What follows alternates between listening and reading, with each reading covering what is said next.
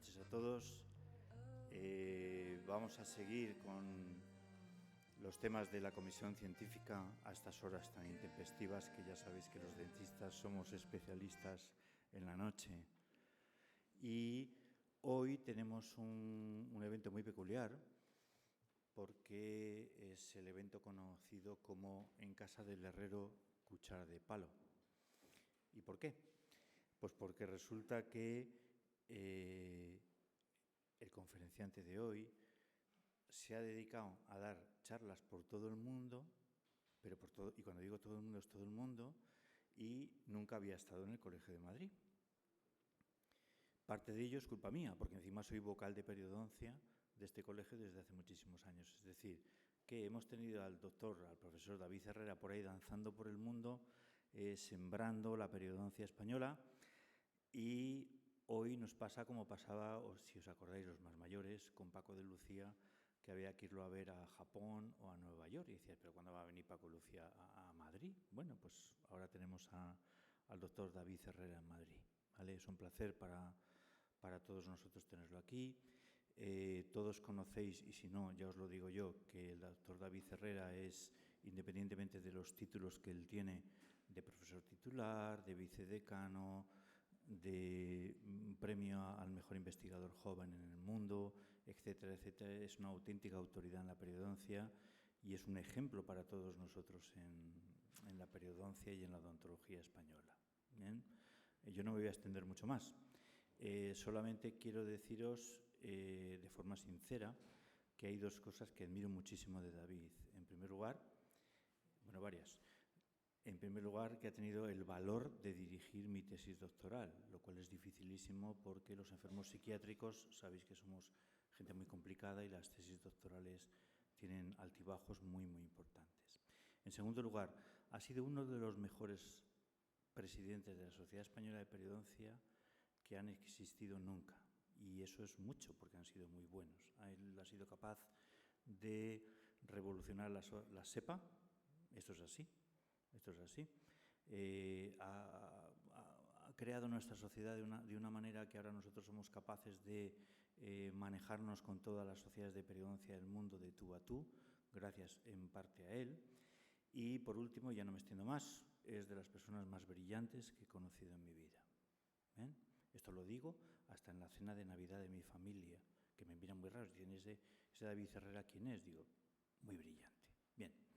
Hoy nos va a comentar un tema, él sabe mucho de periodoncia y de implantología, sabe mucho de ciencias básicas y controla muchísimo la microbiología y el tratamiento microbiológico de nuestra profesión, hasta tal punto que yo le había propuesto en una primera instancia, dado que es un tema de candente actualidad, que nos hablara de los métodos de tinción del pelo de Donald Trump, porque realmente tiene su enjundia. Pero, como no hay evidencia científica de la situación psiquiátrica del peluquero Donald Trump, hemos pasado de ese tema y le hemos pedido a David que nos hable, por favor, del manejo de los antimicrobianos en nuestra profesión, en la odontología. Es un tema absolutamente fundamental. No sé si nos hablarás un poquito de antibióticos o así, pero hoy en día, y hoy precisamente la Organización Mundial de la Salud insiste muchísimo en el tema de la resistencia bacteriana frente a los antibióticos como uno de los grandes problemas de salud que afectan al ser humano, ¿de acuerdo? A la misma altura que la infección VIH, el ébola, el cambio climático, etcétera. Así que, David, mil gracias por estar aquí y para mí es un honor y seguro que para todos también que nos cuentes lo que está pasando con los antimicrobianos. Mil gracias.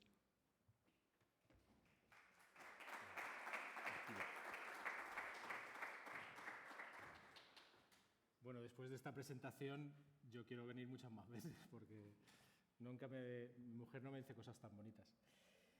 Así es que lo primero de todo, muchas gracias, Miguel, por la presentación, por invitarme, al presidente de la Comisión Científica por estar aquí. Y bueno, pues efectivamente lo comentábamos Miguel y yo, para mí es un privilegio estar hoy aquí, estar en mi colegio. Para llegar hasta aquí, para conseguir que me invitaran, he tenido que trabajar 22 años y no sé si lo merezco todavía, porque de hecho lo he conseguido por la amistad, no por los méritos, pero bueno, voy a tratar a lo largo de este ratito que vamos a compartir juntos de contaros algo de lo que hemos estado trabajando, lo que trabajamos en el grupo de investigación en la Universidad Complutense sobre el uso de antimicrobianos. Y en realidad el uso de antimicrobianos es un tema demasiado amplio como para poder cubrirlo en ni siquiera un curso, y he seleccionado un par de aspectos que yo creo que puedan ser interesantes y que yo creo que podáis llevaros un mensaje a casa y que en este primer día de diciembre os sintáis satisfechos de haber acudido al colegio. Voy a recorrer este esquema, hablar un poquito de las enfermedades periodontales, para luego continuar hablando del uso de antimicrobianos en dos aspectos, en la prevención y en el tratamiento. Y lo voy a hacer de una manera relativamente superficial por el tiempo, pero espero que algunos de los conceptos queden bien claros. Para hablar un poquito de las enfermedades periodontales, traigo un esquema que todos habéis visto cuando estudiasteis de los tejidos periodontales, y me interesa también que veamos las dos enfermedades principales que ocurren en los tejidos periodontales, gingivitis, periodontitis, para empezar a hablar de su importancia y luego señalar el porqué de los antimicrobianos, ¿no? La periodontitis avanza, destruye los tejidos de soporte, crea unas lesiones que llamamos bolsa periodontal, en el que se acumulan gran cantidad de bacterias enfrentados a un tejido blando, que además está ulcerado y que permite el paso de esas bacterias, por tanto, al resto del organismo. Esta es la tesis, o el resultado de la tesis del doctor Miguel Carasol, y publicamos yo creo que el mejor artículo epidemiológico que he publicado sobre la salud periodontal en España, simplemente para enseñaros una cifra, que es que aproximadamente el 40% de los adultos trabajadores entre 35 y 44 años tienen algún tipo de patología periodontitis con bolsas. Más aún, hay un estudio muy importante realizado en Estados Unidos y que analizaba la prevalencia de las patologías más importantes, de las enfermedades más importantes que afectan al ser humano, y la sexta patología más importante que afecta al ser humano es la periodontitis avanzada. Estamos hablando ya de una destrucción por encima del 50%. 750 millones de personas en el mundo tienen periodontitis avanzada. ¿Qué consecuencias tiene la periodontitis, la patología periodontal? Bueno, lo que nota el paciente en su boca es que le pueden sangrar las encías, algunas personas tienen mal aliento, recesión gingival, los dientes se mueven, se desplazan, se abren espacios. A veces duele, pero quizá por desgracia demasiado poco frecuentemente, porque si doliera antes se detectaría más temprano. Pero no solo tiene consecuencias a nivel de la boca, los estudios científicos nos dicen que por supuesto puede conducir a la pérdida de dientes, causa dentulismo, aquí están los niveles de dentulismo en países europeos, hay una afectación estética importante, una afectación de la masticación. También los estudios demuestran que el tener periodontitis se asocia a una menor calidad de vida, a tener más ansiedad, a sufrir más frustración. Es decir, la periodontitis tiene unas consecuencias importantes para cómo vive su enfermedad un paciente.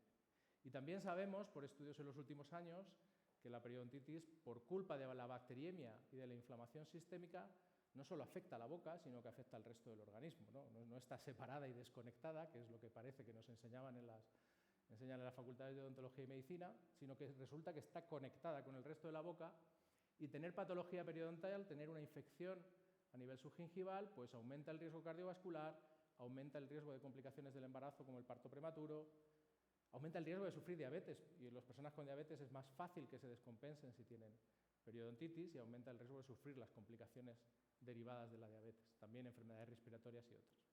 Por tanto, la periodontitis, tanto desde el punto de vista de su prevalencia y de su extensión en la población, como desde el punto de vista de las consecuencias que tiene, creo que podemos estar de acuerdo en que es muy relevante. Este es el modelo etiológico que explica por qué se producen las periodontitis. Es un modelo multifactorial, relativamente complejo, pero hoy nos vamos a centrar únicamente en el aspecto que está a vuestra izquierda. Vamos a hablar de la agresión bacteriana. ¿Y por qué vamos a hablar de la agresión bacteriana? Porque es aquí donde pueden ser útiles los antimicrobianos. Si esto no está, si no hubiera agresión bacteriana, por mucha susceptibilidad del huésped que hubiera, no habría patología. Por muchos factores de riesgo que hubiera, no habría patología. Por eso, hoy quiero centrarme en ver con vosotros qué podemos hacer respecto a la agresión bacteriana. Y en la agresión bacteriana podemos actuar a dos niveles. Podemos actuar en la prevención y podríamos actuar también en el tratamiento. Vamos a ver un poquito de la prevención. Hace un par de años hubo un workshop sobre prevención, un workshop europeo, un taller de expertos en el que se hicieron una serie de recomendaciones sobre la prevención. Con toda esta importancia que tiene la patología periodontal, con todas estas consecuencias nocivas que tiene la patología periodontal, resulta llamativo que sea relativamente sencilla prevenirla.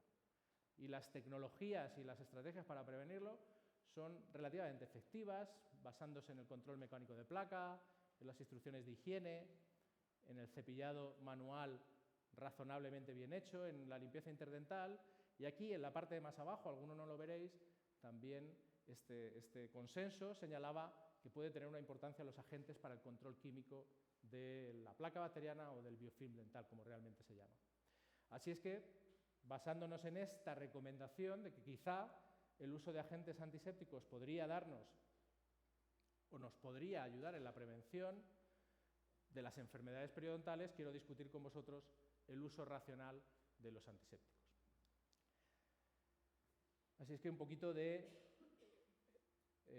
ciencia basada en la evidencia para hablar de estos agentes. Esta presentación o estas diapositivas que voy a poner ahora son fruto del trabajo conjunto del doctor Miquel Carasol, la doctora Silvia Roldán y el doctor Jorge Serrano.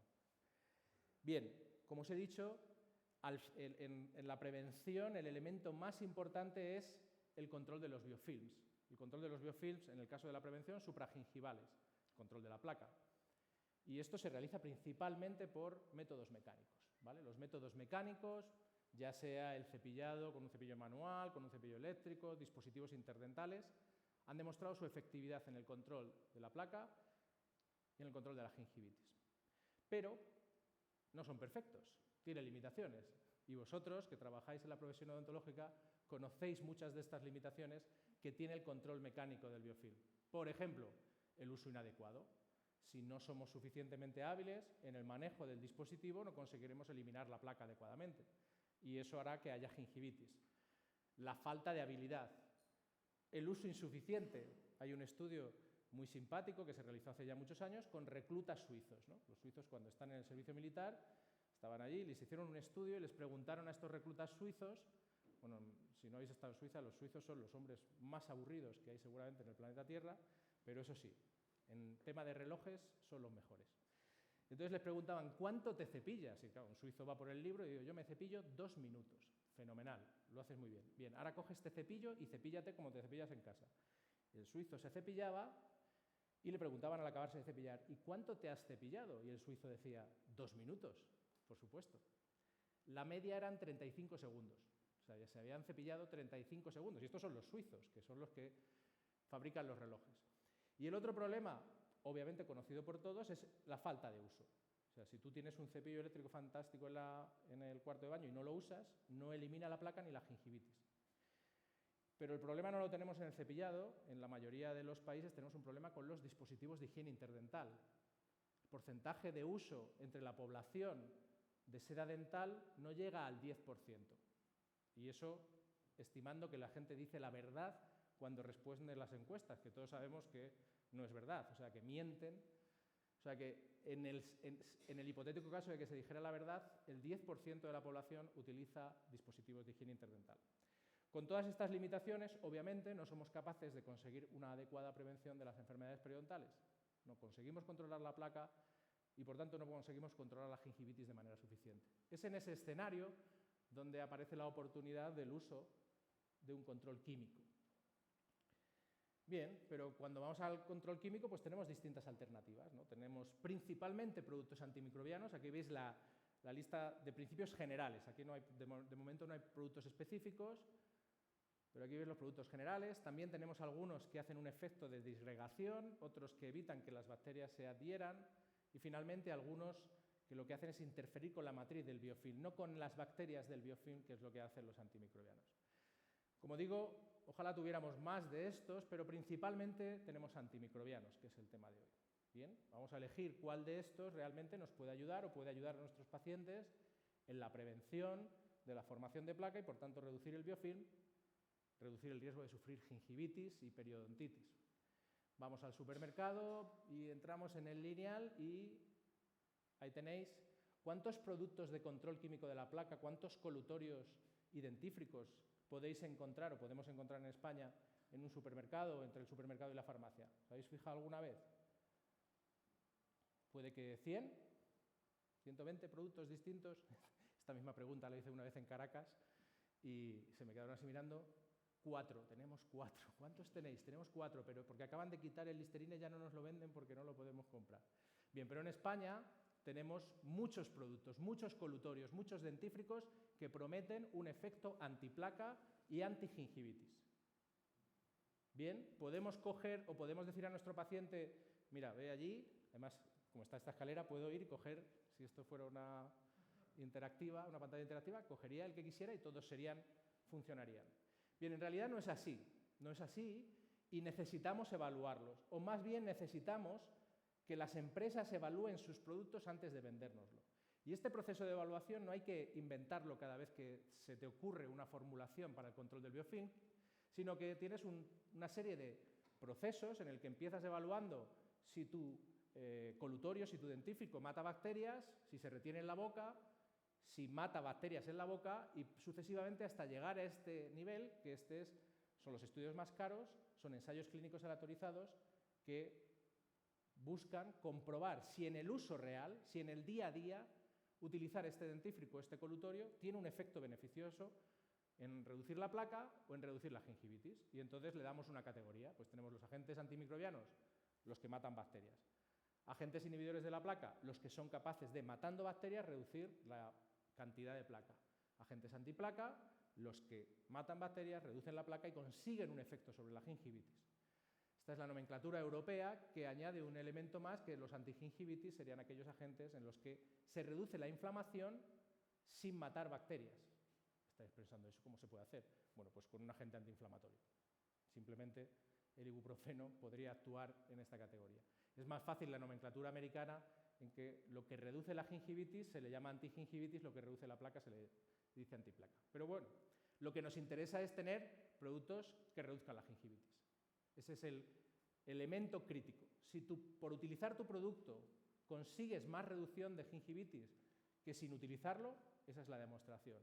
Y distintas agencias internacionales lo que recomiendan o lo que piden es tener al menos 2 estudios independientes de al menos 6 meses de duración que demuestren, comparado con un placebo, que el utilizar tu colutorio o tu dentífrico consigue una reducción estadísticamente significativa en los niveles de gingivitis y también normalmente en los niveles de placa. Esa es la regla, ¿vale? Así que ahora volvemos al lineal y buscamos solo aquellos productos que cumplan este criterio. Bien, nosotros presentamos un trabajo hace 2 años en el workshop, en estas reuniones de expertos europeos, evaluando todos estos productos, todos los estudios de al menos 6 meses de duración sobre todos estos productos. La verdad es que nos pegamos un trabajo intenso, conseguimos encontramos finalmente 87 estudios y realizamos 133 comparaciones y 121 metaanálisis, que es un trabajo intenso. Bien, no os lo voy a describir, pero podéis ver en esta imagen cómo se analizan esos resultados. Y aunque esta imagen parece muy complicada, es muy fácil de interpretar. El 0 significa que no hay diferencias entre usar el placebo y el producto activo. Es decir, si un estudio sale aquí, es que no hay diferencias. Da lo mismo que utilices tu producto activo, se supone, que el placebo. Es decir, no sirve para nada. Si sale más para acá, es que el placebo es mejor. Y si sale más hacia vuestra izquierda, es que el producto que se ha evaluado es mejor. Es que si entrecerráis un poquito los ojos, podéis interpretar estos gráficos y lo que veréis es que prácticamente todos los productos tienen un efecto positivo. Unos más y otros menos. Pero veréis que esto es maravilloso. Prácticamente todos los productos, colutorios y dentífricos que se han evaluado a 6 meses son efectivos. Esto es índice gingival. En índice de placa vemos algo muy parecido. ¿Veis? Este estudio, por ejemplo, sería a favor de utilizar el placebo. El control que se utilizara era mejor que el producto test. Pero la mayoría de los estudios están hacia la izquierda, demostrando beneficio de utilizar estos productos. Aunque está claro que los productos, o la mayoría de estos productos, pueden ser beneficiosos, lo que también está claro es que este tipo de gráficos en medicina o en biomedicina no son muy habituales. Nada es tan bueno como para que todos los estudios repetidamente encuentren un beneficio. ¿Qué puede ocurrir aquí? Pues que la mayoría de los estudios no eran independientes. En la mayoría de los estudios estaban financiados por la casa comercial que resultaba beneficiada de vender el producto. La mayoría de los estudios trabajaban, o eran los investigadores, trabajaban para esa casa comercial o recibían dinero de ellos. Por tanto, tenían mucho sesgo. Nuestra interpretación es que los estudios que estarían en este lado no han sido publicados. No es que siempre estos productos sean buenos, sino que esos estudios seguramente no han sido publicados. Entonces, con todo esto, y junto con otras revisiones sistemáticas que se habían hecho previamente, nosotros buscamos intentar dar una conclusión. Seleccionar de todos los productos que se han evaluado, y aquí faltan muchos, cuáles realmente tienen evidencia científica, basadas en esos estudios a 6 meses o en otras revisiones sistemáticas. Y aunque esto parece de nuevo muy complejo, os lo voy a poner fácil. Funcionan, según la evidencia científica, los dentífricos con fluoruro estañoso y hexametafosfato de sodio. Sé que está prohibido decir nombres comerciales, entonces no voy a decir nombres comerciales de la presentación, pero bueno, este es el Oral-B Pro Expert. Funciona el triclosan copolímero, que es el dentífrico que se llama Colgate Total. Funciona los dentífricos con clorhexidina, pero esos no están comercializados, así es que estaban, pero ya no lo están, con lo cual no puedo dar nombres comerciales. Funciona un producto, y ahora ya estoy en colutorios, con una combinación de fluoruro estañoso y de aminas. Este producto se llama Meridol y en España ha estado, pero no es muy fácil conseguir. Es un producto que se utiliza mucho en Alemania, Austria, Suiza. Funcionan los colutorios con aceites esenciales, el Listerine.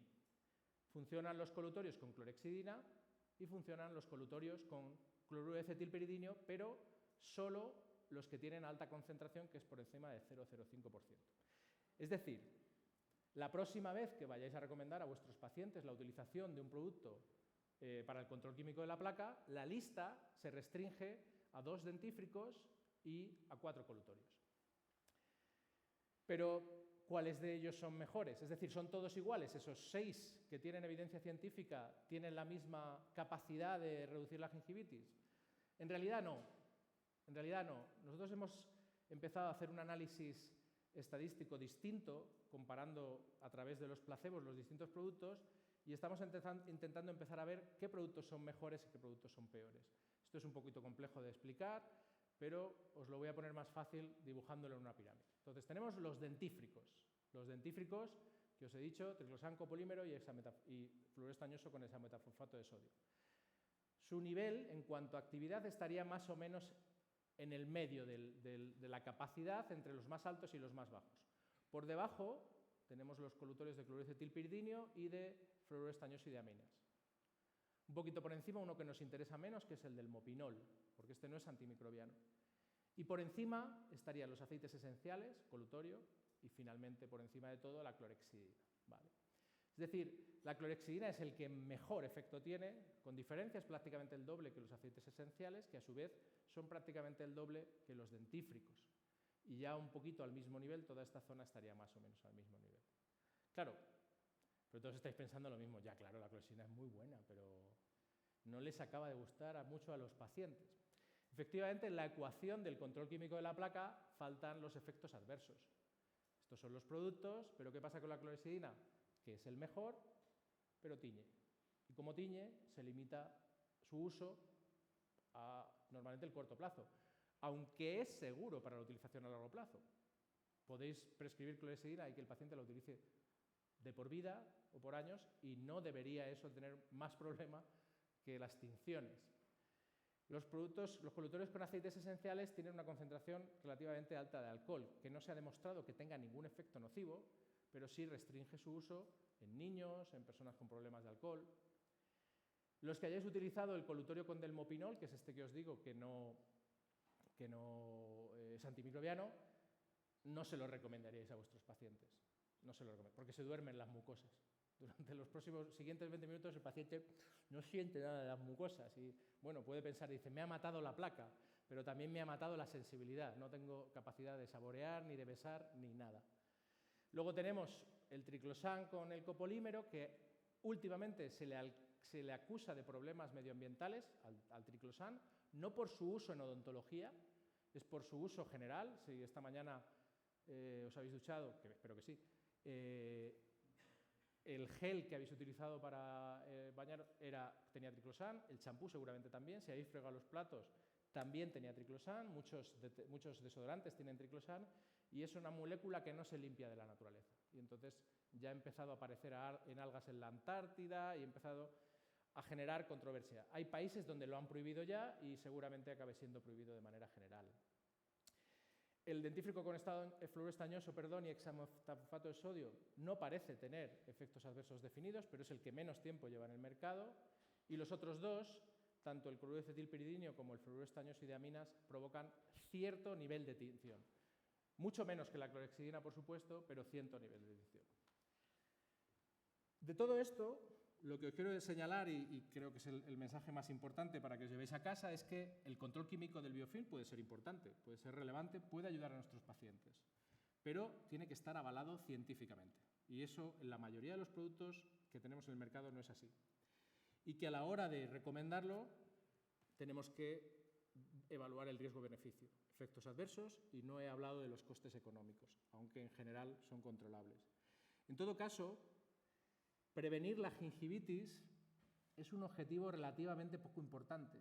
O sea, prevenir la gingivitis tiene poca morbilidad. En realidad lo que buscamos al prevenir la gingivitis es evitar que la gingivitis progrese a periodontitis. Y esa debería ser la medición por la que valoráramos estos agentes. Así es que espero que en el futuro lo que tengamos sean agentes antiperiodontitis y no agentes antigingivitis. Esta es la parte que quería hablar con vosotros sobre prevención. ¿Cómo podemos utilizar los antimicrobianos en prevención? Y la siguiente parte vamos a cambiar completamente el escenario y vamos a hablar de tratamiento. Así es que para empezar, hablemos un poquito del tratamiento de la periodontitis. En el tratamiento de la periodontitis, lo primero que hacemos cuando vemos un paciente es, bueno, podemos hacer un proceso de screening rápido en el que definamos si tiene las encías sanas o no. Si tiene las encías sanas o solo es una gingivitis, podemos hacer un manejo muy sencillo, pero si tiene periodontitis, entonces pasamos a un manejo más complejo en el que vamos a hacer una evaluación clínica mucho más completa. Vamos a hacer un periodontograma, medir las bolsas, por supuesto eso lo combinamos con una historia médica y odontológica, tomamos radiografías, en algunos casos hacemos diagnóstico avanzado, por ejemplo microbiológico. ¿Bien? Con todos esos datos le hacemos al paciente un plan de tratamiento. En ese plan de tratamiento de la periodontitis, el aspecto más importante es conseguir controlar la infección. Es decir, tenemos una infección que tenemos que controlar y ponemos en marcha una serie de medidas. No todos los pacientes van a necesitar todas estas medidas, pero ponemos en marcha las medidas que necesite el paciente. Y cuando lo hemos hecho esto todo, incluyendo raspado y alisado radicular, entonces reevaluamos 4 o 6 semanas después. ¿Qué hacemos en la reevaluación? Pues medimos otra vez lo mismo y nos hacemos una pregunta a nosotros mismos. ¿He controlado la infección? ¿He conseguido controlar la infección? Normalmente respondemos en base a 2 criterios: la profundidad de bolsa y el sangrado al sondaje. Si tenemos diagnóstico microbiológico, también nos vamos a responder a esa pregunta en el control de las bacterias que estaba allí. Entonces, con esa pregunta puede ser que la respuesta sea que sí, he conseguido controlar la infección. Fantástico. Controlar la infección, la progresión de la enfermedad se detiene y a partir de ahí puedo hacer todo el resto de procedimientos odontológicos restaurativos o los que necesite el paciente, y el paciente entra en una fase de mantenimiento en que tratamos de mantener esa infección controlada por el resto de su vida. Y si la respuesta es no, una de las posibilidades puede ser que tenía las bolsas muy profundas y que por tanto necesitamos tratamiento quirúrgico además, o puede ser que sea un problema de limitaciones del tratamiento periodontal básico. Es decir, el raspado y alisado radicular tiene limitaciones. No es perfecto, es muy bueno, pero no es perfecto. No es fácil raspar bolsas profundas o bolsas demasiado tortuosas. Hay algunos dientes, no en concreto estos, pero otros dientes que son difíciles de raspar, o de ciertas superficies, o las furcaciones, o los defectos verticales. El raspado y alisado radicular es bastante dependiente del operador. Esta foto no la cambio, esto es Rafa cuando estaba un poquito más joven. Y tiene otro tipo de limitaciones microbiológicas y de efectos secundarios para el paciente, principalmente recesión e hipersensibilidad. Es decir, una serie de limitaciones que nos gustaría poder de alguna manera solventar. ¿Cómo las solventamos? Pues tenemos varias opciones para solventar esas limitaciones. Hoy en día Hemos avanzado en diagnóstico, en estrategias, en tecnologías. Bien, eso será cuestión de otras presentaciones, pero lo que voy a hablaros yo es de terapias coadyuvantes. Y en terapias coadyuvantes también tenemos distintas opciones. Podemos utilizar antisépticos. Antes hemos hablado de cómo utilizarlos en prevención, pero también se pueden utilizar en el tratamiento. Podemos utilizar probióticos, antioxidantes, podemos utilizar inmunomoduladores, antiinflamatorios. Los que más se utilizan, en todo caso, son los antibióticos, ¿vale? Por ese factor etiológico principal microbiano. Y es del que vamos a hablar a continuación. Vamos a hablar del uso de antibióticos en el tratamiento de las periodontitis. Bien, si te pones a pensar cómo puedes poner antibiótico en la bolsa periodontal, tienes dos opciones. Una es ponerlo directamente, a través del surco. Y la otra opción es que el paciente lo reciba por una vía sistémica y el antibiótico de vueltas por todo el cuerpo y acabe llegando aquí, a través de esta vía sistémica. Intuitivamente, si a alguien le preguntan qué vía prefieres, ¿quieres que te ponga el antibiótico directamente aquí o prefieres que circule por todo el cuerpo, matando bacterias por todo el cuerpo? Pues uno diría, oye, pues casi que me lo pones directamente en la bolsa periodontal, no hace falta que circule por todo el cuerpo, porque aunque tenemos la tendencia a pensar que cuando tenemos una infección y tomamos un antibiótico, el antibiótico va a pasar directamente a la zona de infección y se va todo el antibiótico allí, no es verdad. Resulta que se distribuye por todo el cuerpo y no específicamente en las zonas de la infección, con lo cual nos hace efectos en el resto del organismo a veces indeseables. Por eso tenemos los antimicrobianos locales, ¿vale? Aquí veis un montón de antimicrobianos locales que se han evaluado. Y hace también relativamente poco publicamos un análisis de los antibióticos locales que se han estudiado con ensayos clínicos aleatorizados. ¿Os suenan estos gráficos? Ahora es más fácil de interpretar. Tanto para profundidad de bolsa como para nivel de inserción, el 0 es que no hay diferencia entre utilizar el antibiótico local o no utilizarlo, y a la izquierda, a vuestra izquierda, lo que es a favor del antibiótico local, y a la derecha lo que es a favor del placebo. De nuevo, la mayoría de los estudios ofrecen resultados positivos. Sin embargo, a pesar de esto, el uso de los antimicrobianos locales está muy limitado. La primera limitación es la disponibilidad en el mercado. De los que hemos visto antes, estos, algunos no suenan de nada, no los habéis visto nunca. Hay otros que nunca han estado en el mercado español.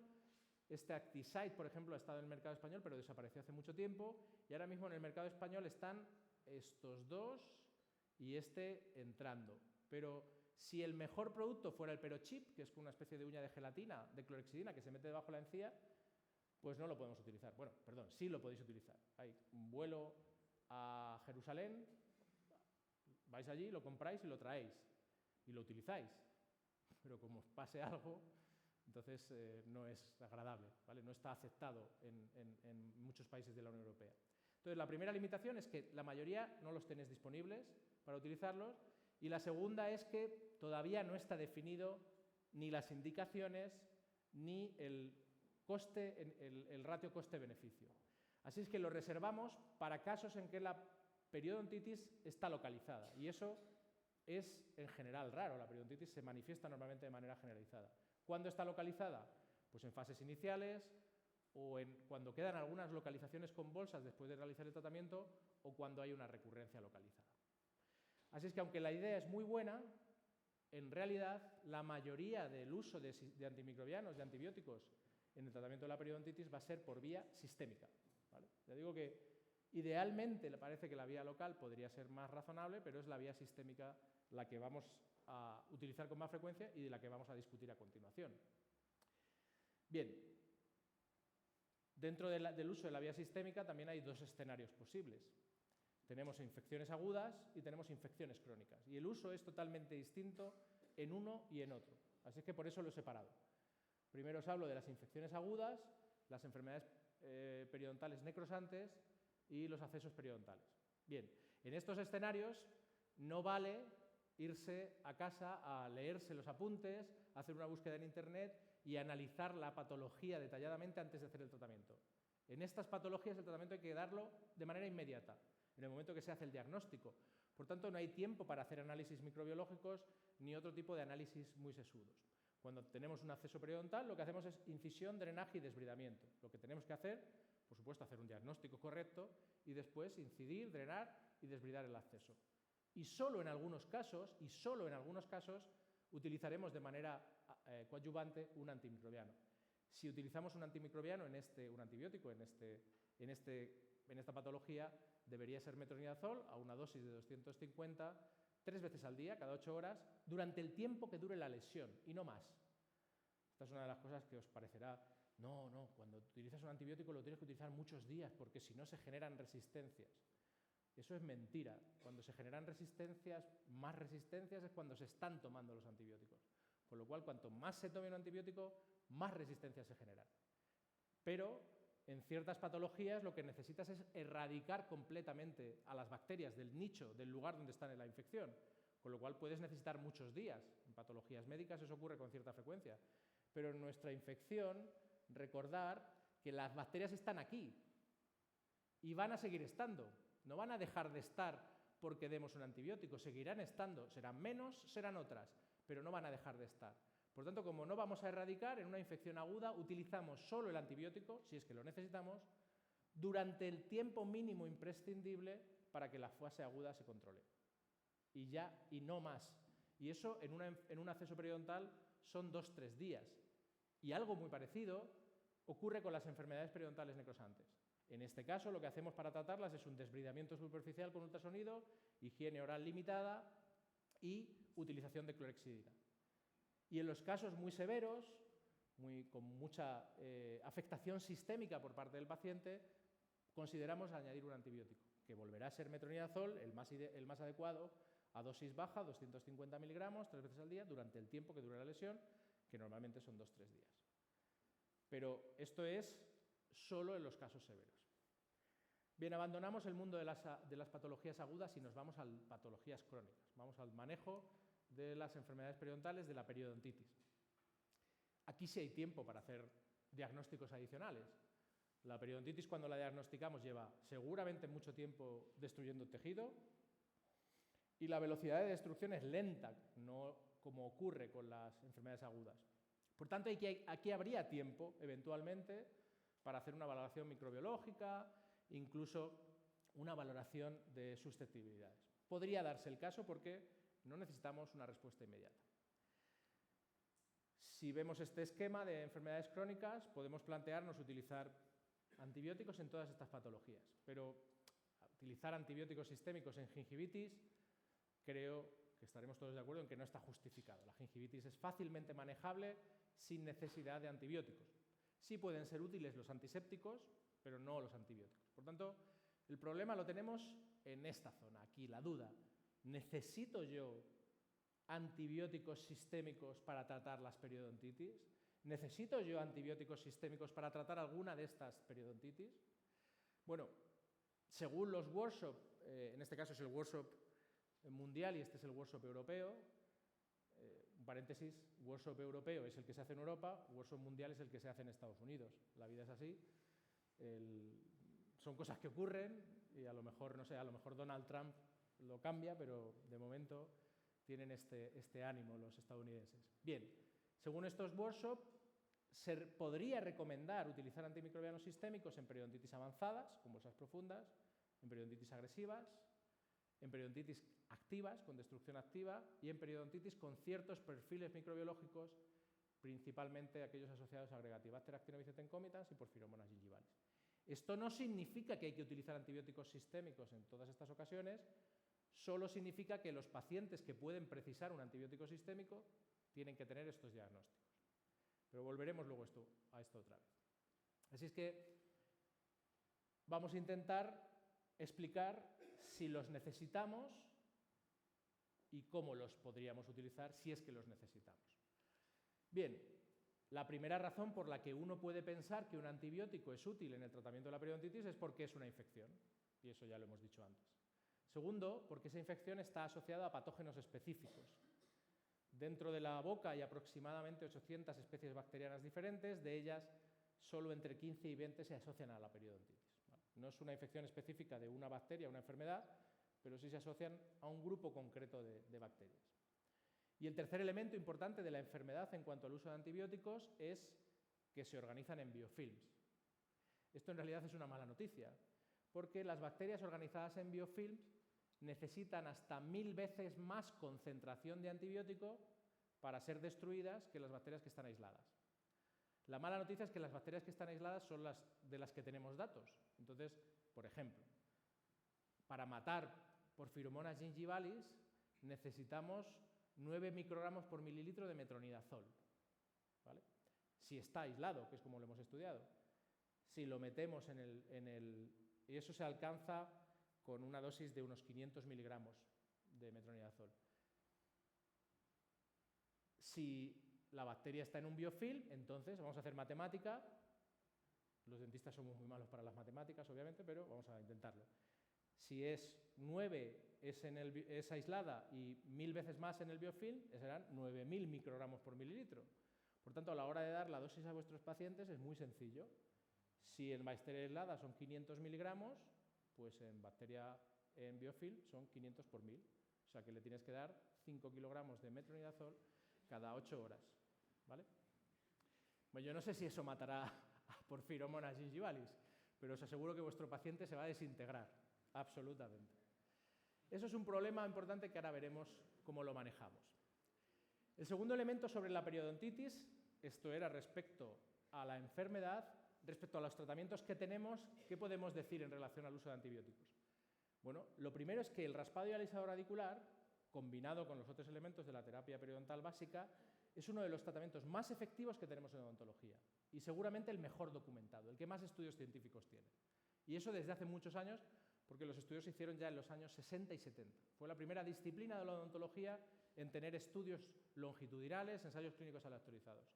Y el raspado y alisado radicular es capaz de detener la periodontitis en la mayoría de los casos, principalmente en las periodontitis crónicas iniciales y moderadas, que vienen siendo el 80% de los pacientes. Por lo tanto, es un tratamiento muy importante, pero que, como hemos visto, tiene limitaciones. Y antes os mostraba estas limitaciones, pero ahora me quiero centrar solo en estas limitaciones, que son las limitaciones microbiológicas. ¿Qué ocurre con las limitaciones microbiológicas? El raspado y alisado radicular es un tratamiento inespecífico. Lo que hacemos en el raspado y alisado radicular es, imaginaros que Estados Unidos, por volver al ejemplo de Estados Unidos, hubiera descubierto que Obama Bin Laden estaba en Chicago, ¿no? Solución, y esta hubiera sido una solución de Trump, pues mato a los 5 millones de habitantes de Chicago. Eso es lo que hacemos en el raspado y alisado radicular. Es decir, sabemos que el malo es Porphyromonas gingivalis, pero nos metemos con las curetas y le damos a todos. Con la mala suerte de que resulta que Bin Laden es el que más sobrevive. Sobrevive mejor, normalmente les pasa a los malos se esconden mejor. Y por tanto, el tratamiento mecánico a veces es capaz de eliminar muchas bacterias, pero no justo las que quieres eliminar, y eso se asocia a recurrencia tras el tratamiento.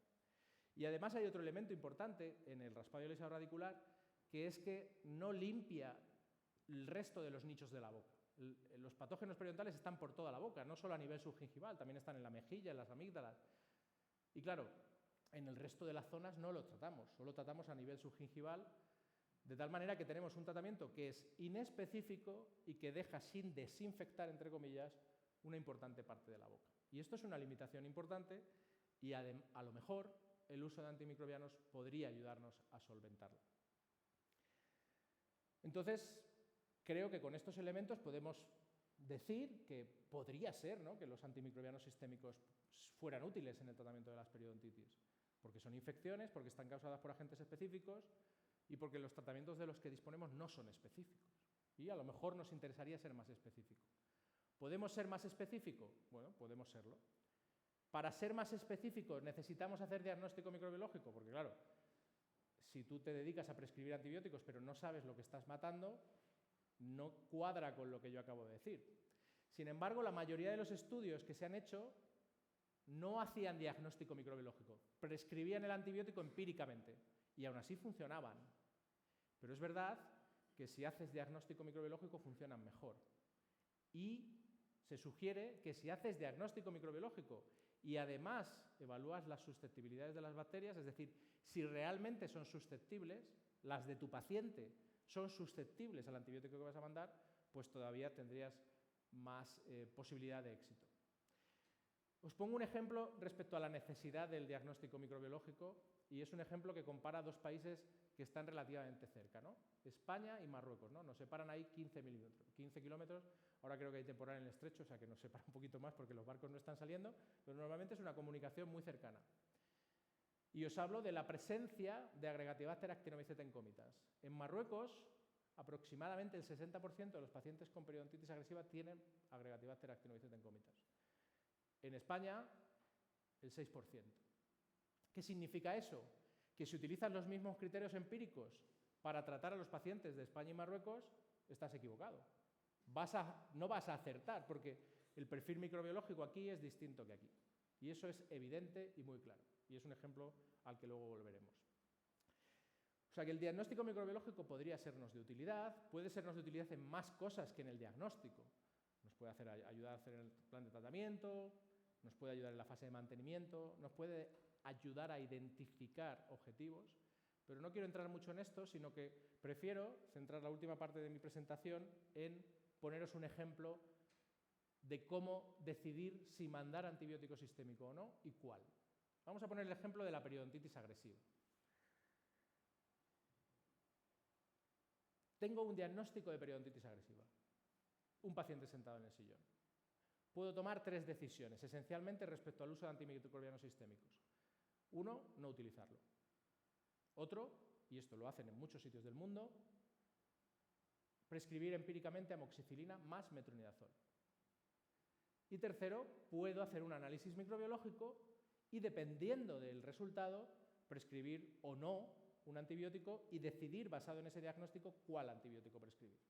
Esos son los 3 elementos generales que podemos tomar en una decisión una vez que tenemos una periodontitis agresiva diagnosticada. Ahora voy a tratar de hacer de abogado del diablo de cada una de las posibilidades. Me voy a poner en el que no voy a mandar antimicrobianos sistémicos. Esto lo harían en Suecia. En Suecia no lo mandarían. ¿Por qué no lo mandarían en Suecia? No lo mandarían porque el raspado y alisado radicular es suficientemente efectivo. Es un tratamiento muy efectivo. Resuelve el 80% de las periodontitis. ¿Vale? Entonces, pues si yo tengo un tratamiento que es tan efectivo, me olvido de los antimicrobianos sistémicos. No lo mandaría por algo que ha adelantado el doctor Carasol, que es los problemas que genera, no en tu paciente, sino en la sociedad, el uso de antimicrobianos sistémicos. Y ahora, voy a tomar un minuto extra, pero tengo que contar la historia del mundo muy resumida.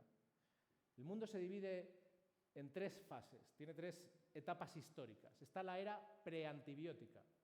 La era preantibiótica dura desde que se bajan los homínidos de los árboles en Etiopía hasta que se descubren las sulfamidas en 1920. En esa era preantibiótica, cuando tenías una infección, te morías. ¿Vale? O sea, la gente en las guerras, por mucho que veáis ahí Juego de Tronos, aquel espadazo en el corazón, le cortaba la cabeza, la gente se moría porque le habían dado un rasguño aquí, se infectaba y se morían.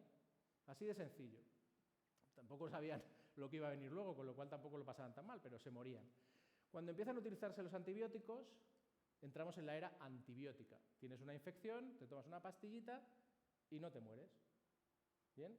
Aumenta la esperanza de vida en 40 años, somos todos muy felices, qué bonito, tal, el Madrid campeón de Europa, eso es una dedicación. Y todas esas cosas preciosas que nos pasan. Y luego está la era que viene después, que es la era posantibiótica. Los antibióticos dejan de funcionar y entonces te coges una infección y te mueres otra vez.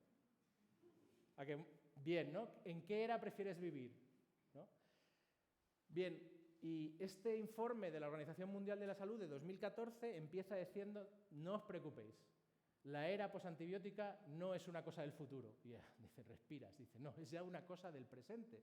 Y resulta que cada año, o al menos en el 2014, en Europa murieron 25.000 personas porque estaban en la era posantibiótica. Porque cuando fueron a intentar matar su bacteria que les causaba la infección, ya no había antibióticos que funcionaban. Y en Tailandia eran 38.000 y en Estados Unidos 23.000, por era posantibiótica. Es una era en la que vamos a entrar cada vez más. ¿Y de quién es la culpa de la era posantibiótica? ¿Sabéis de quién es la culpa de la era posantibiótica? Es tuya. ¿Y tuya? ¿Has prescrito antibióticos? Y tuya también. Es culpa de todos. Entre todos nos lo hemos hecho.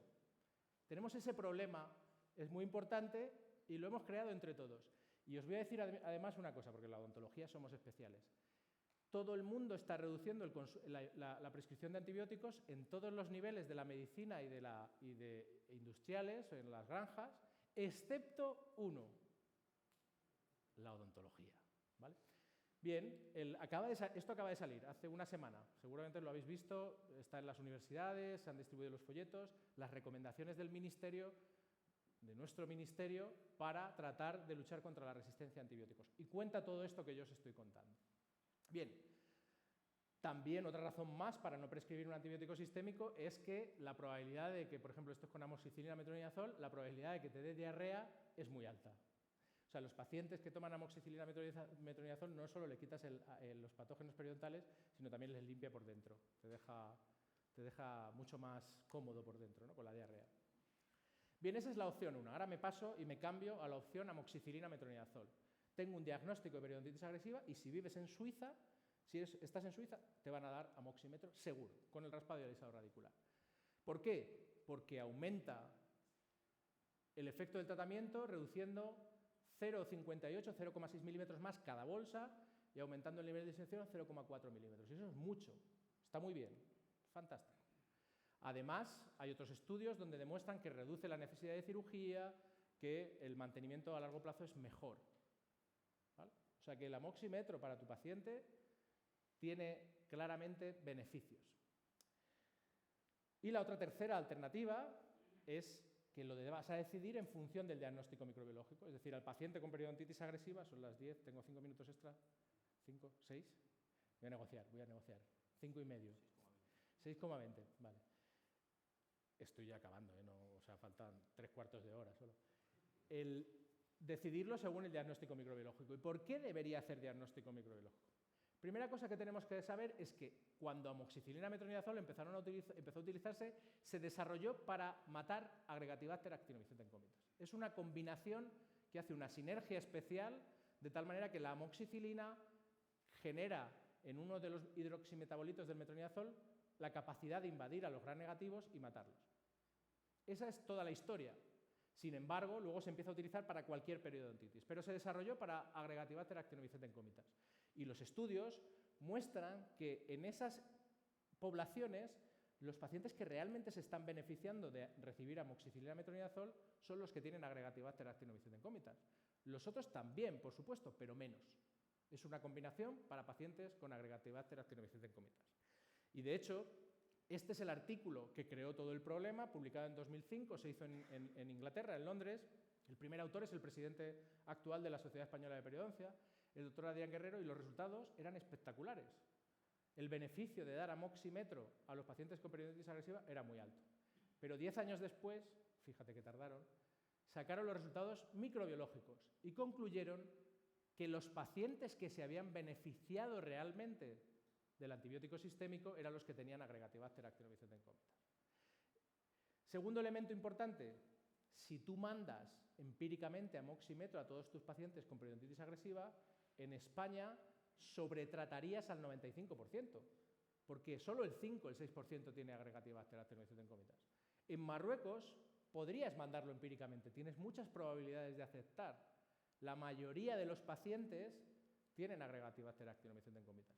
Pero realmente tú esto no lo puedes saber, no hay criterios clínicos que te ayuden a identificar quién tiene A y quién no tiene A, salvo el origen marroquí, que es no es un criterio clínico.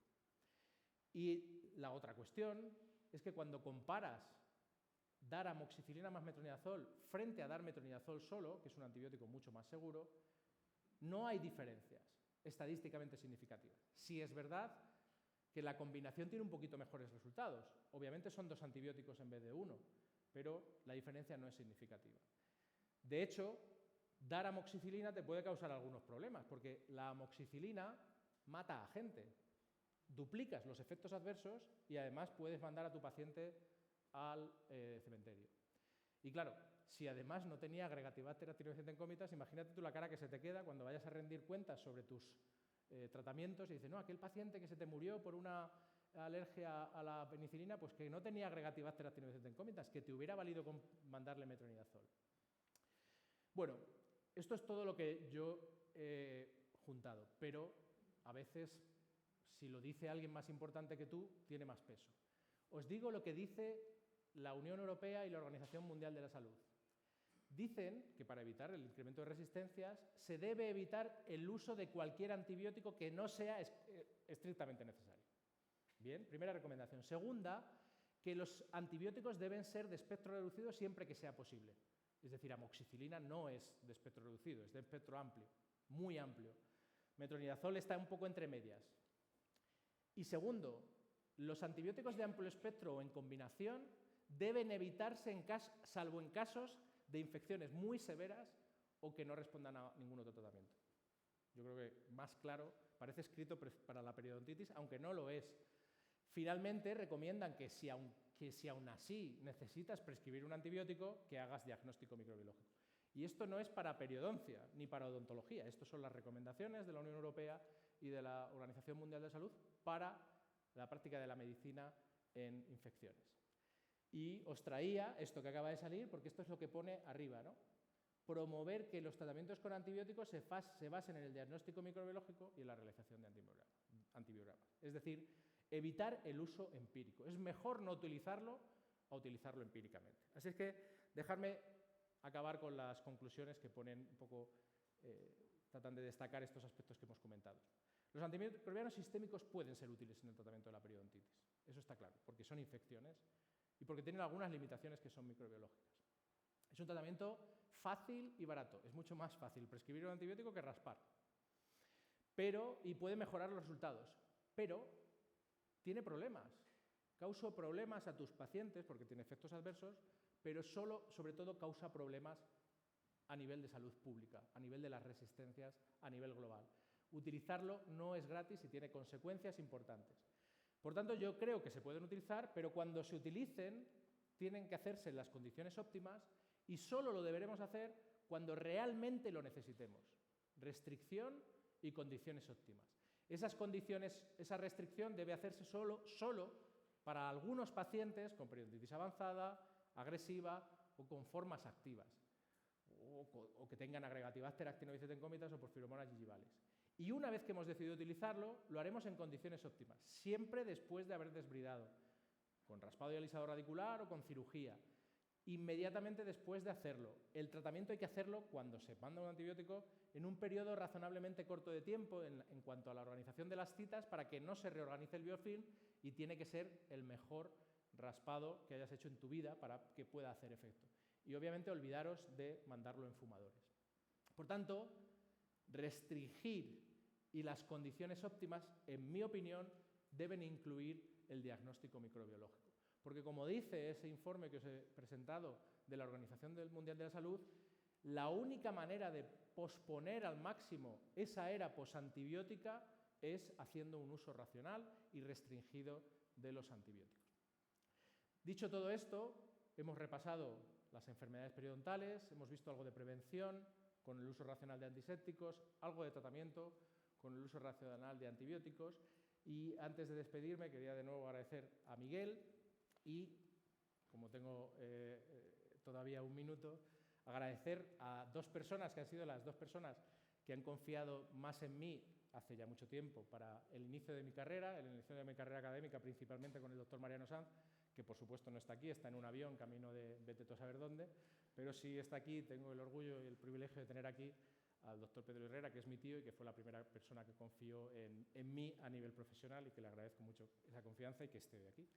Y sin más, agradeceros a todos estar aquí esta noche y haber compartido esta charla conmigo. Muchas gracias.